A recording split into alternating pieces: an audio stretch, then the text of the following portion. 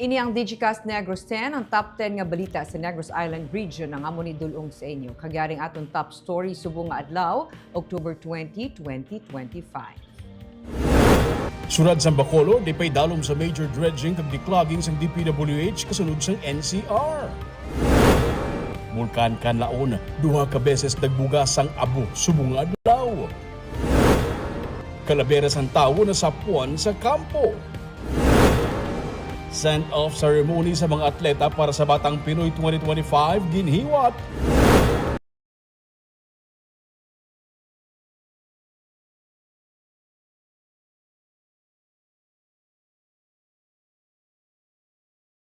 Negros 10.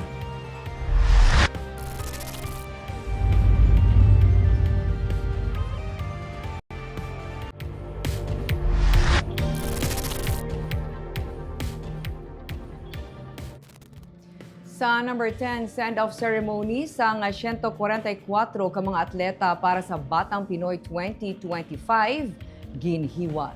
Ginpatigan ang send-off ceremony sa 144 ka mga atleta kag 22 ka mga coaches nga magatiglawas sa Bacolod City sa Batang Pinoy 2025 National Championships nga hiwaton sa General Santos City sumugod Oktubre 25 tubto 31 sini nga 2025. Ginpangunahan ni Mayor Greg Gasataya ang seremonya kainas ang aga sa Bacolod City Government Center.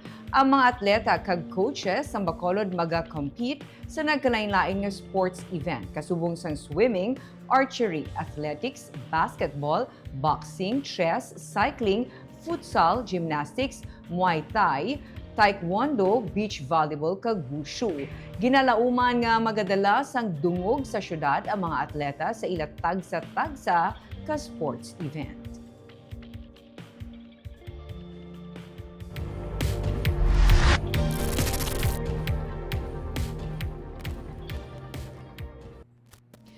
Sa number 9, on time sa schedule ang renovation sang emergency room sang Corazon Locsin, Montelibano Memorial Regional Hospital. Inisunod kay Department of Health Undersecretary Dr. Mary Ana Maestral nga nagsilingman nga yara sa 9.79% sa karon ang accomplishments sa among renovation as of October 19. Mas temprano pa gani ini sa original nga plano. Kung mahuman ang renovation sa ER sa mas temprano, mas maayo pagid suno sa iya. 92 million pesos ang balor sang among renovation. Suno ka Maestral, apesar sa padayon nga renovation sa ER, may 2,567 ka mga pasyente ang tigayon nga naserbisyuhan sa idalom sang temporary emergency department. Kung mangintayuyon, ginapaabot nga antes magtakop ang tuig, makapatigayon sang bidding para sa mother and child nga building. Sa ini nga pamaagi, maamat-amat na kaayo ang dapat nga kalayuhon nga magaresulta naman suno sa iya sang pagbaton sang dugang nga mga pasyente sa among nga ospital. 165 million pesos ang pondo para sa Mother and Child Building. Isa man sa ginahikot karon mismo sa CLMMRH, suno sa iya ang pag-convert sini sa paggamit sa solar energy. Na-complete na so far ang temporary na emergency department kung makita nyo da sa tubang, di ba? Mera da, and then ang waiting area sang mga pasyente, ginbutang sang mga bantay, para na magkomportable man sila no kapin pasubong na sige bundak-bundak sang ulan. Ikinanglan may matarong man nga pasilungan naton mga bantay. It's actually it's earlier than planned.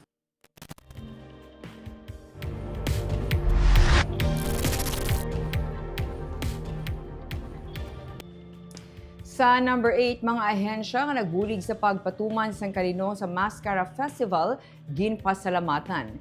Ginpatigayon kaini sang aga ang pagkilala sa nagkalain-lain nga mga ahensya kag individual nga nagbulig sa pagpabilin sang kalinong kag seguridad sa MassKara Festival 2025. Sa culmination activity kaina sa Bacolod City Government Center, mga agency ang ginpasalamatan ni Mayor Greg Gasataya, ang PNP, BFP, Coast Guard, Bacolod, Traffic, CDRRMO kag iban pagid nga mga grupo kag ahensya sa ilang pagpangabudlay. Pagasulay sa ulan kag init para lang mapatuman ang kalinong sa tion sang selebrasyon nga nagsugod sang Oktubre 1 tubtob 19. Sa bugos nga MassKara Festival 2025 celebration, wala sang may na-report nga major untoward incident. Kasi Director Ari Magarino for the support na ginimo nila during the MassKara 2025 since October 1 until last night. No? And guya ko man i-congratulate ang atong festival director ang Gugma Foundation ng Mr. Rodney Ascaron. Thank you, Gid Rodney. And sa tanan man ng mga volunteers, sa atong mga departments na nagbuligid since day 1 hasta kainas ang tagahon, madamo gid nga salamat.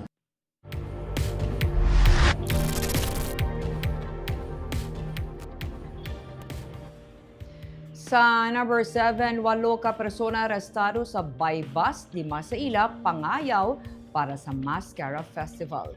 Arestado ng 8 ka mga persona, lakip ng 5 ka mga taga Iloilo City sa ginpatigay nga buy-bust operation sa Purok Magtiayon, Barangay 10 sa Bacolod City, kaina sang kaagahon. Ginalegar, nagpadulong sa Bacolod ang 5 ka mga taga Iloilo agud magpangayaw sang basketball kag dala na lagaw sa highlights sang MassKara Festival sang weekend.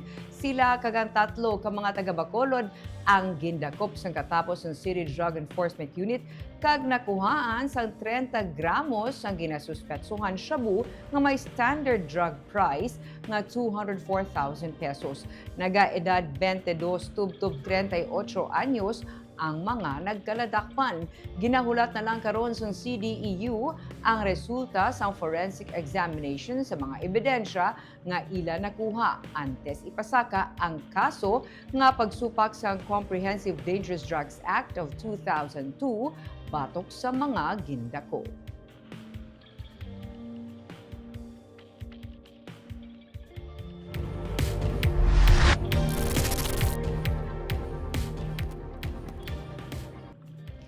Sa number 6, Calaveras ang tao na sapwan sa kampo.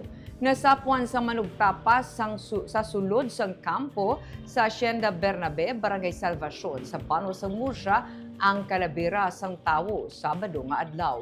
Ginapatihan nga isa ini kalalaki base sa na-recover nga color blue nga brief.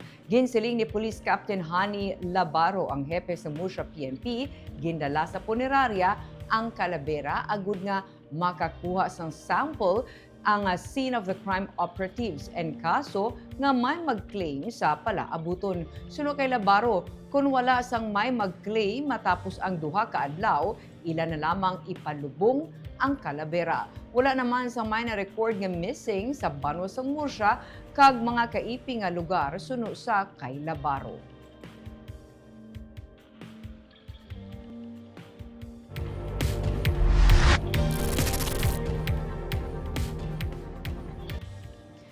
Sa number 5, menor de edad nga nagadala sang motor patay ang kaspilason sang mabunggo sa e-bike.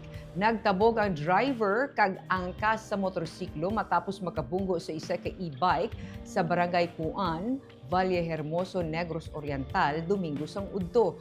Bangod sang impact, nakaangkon sa mga pilas ang 16 anyos nga driver kag ang iya angkas. Gindala sang ambulansya ang mga biktima sa ospital. Apang ginbawian sang kabuhi ang menor de edad nga driver. Base sa traffic investigation, nagapadulong San Carlos City, Negros Occidental ang motorsiklo sang gulpi lang nag-U-turn ang e-bike nga ginamaneho sang 74 anyos nga lalaki. Rason nga naalang-alang kag nakabunggo ang motorsiklo. Mga residente sa barangay Mulo-Bulo ang driver kag back rider sang motorsiklo.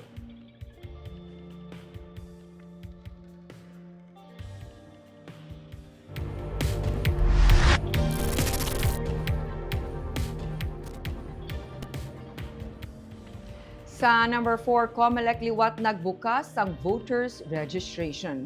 Nag-resume na ang voters registration subong nga adlaw pero wala sang tuman nga pila sa mga talatapan suno sa COMELEC. Sa Bacolod City, COMELEC, sa mga litratong nakapost Lunes ang aga, makitaan nga matawhay ang sitwasyon sa talatapan.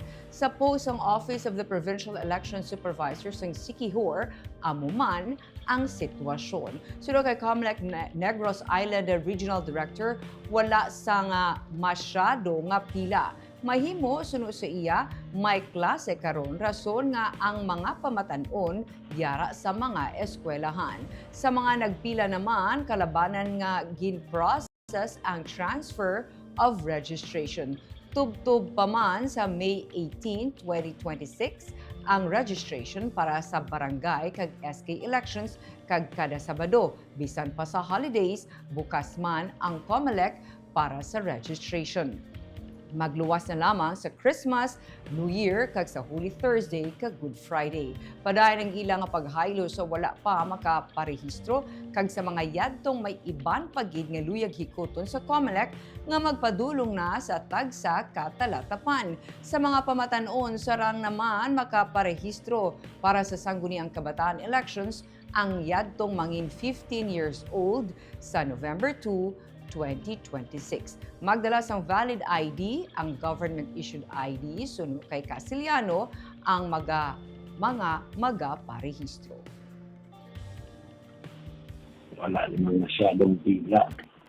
Kahit na ngayon dito sa Dumaguete, sa isang building na ito, karamihan is walang pila. Ang ano lang talaga yung mga nagpapatransfer, no? Transfer of registration. Yung kabataan na ngayon, kadalasan, may klase kasi ngayon sa ER.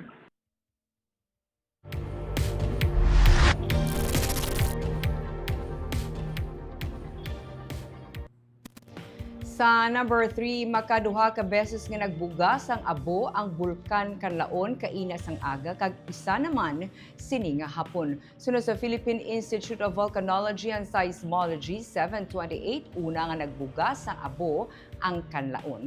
Naglawig ini sang 10 minutos. Last 9:20 naman nagsugod ang ikaduha nga pagbugas ang abo sang bulkan kag naglawig sang 34 minutos kag isa naman antes las 5 sini nga hapon. Suno kay Ruth Asentista, ang Project Technical Aid 6 ang FIVOLC sa probinsya.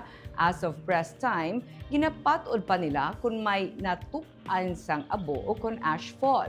Samtang sa 24-hour monitoring summary sang Bulkan Kanlaon, may 25 ka volcanic earthquakes ang na-record. 1,598 ka toneladas ang sulfur dioxide flux sa October 20 ang na-record kag padayon ang ground deformation. Nagapabilin sa alert level 2 ang Bulkan Kanlaon. Kakandak po kami ng sampling if ever meron man po.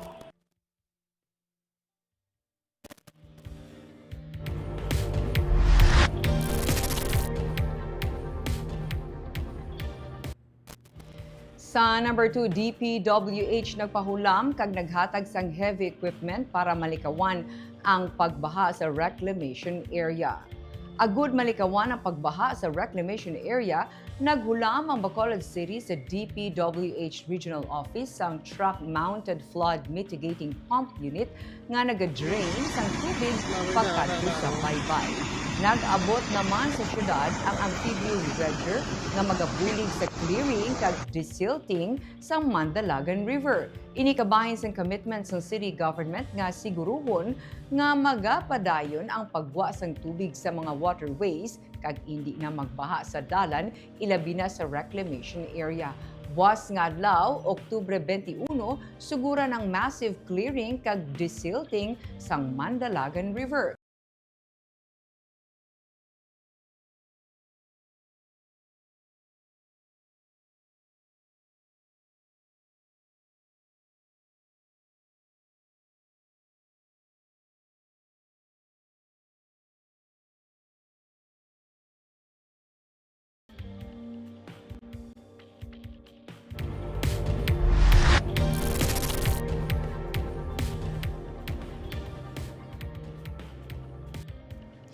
Kag sa number 1, isa ka major dredging kag declogging ang natalana nga himuon sa National Capital Region bangod sang problema sa baha.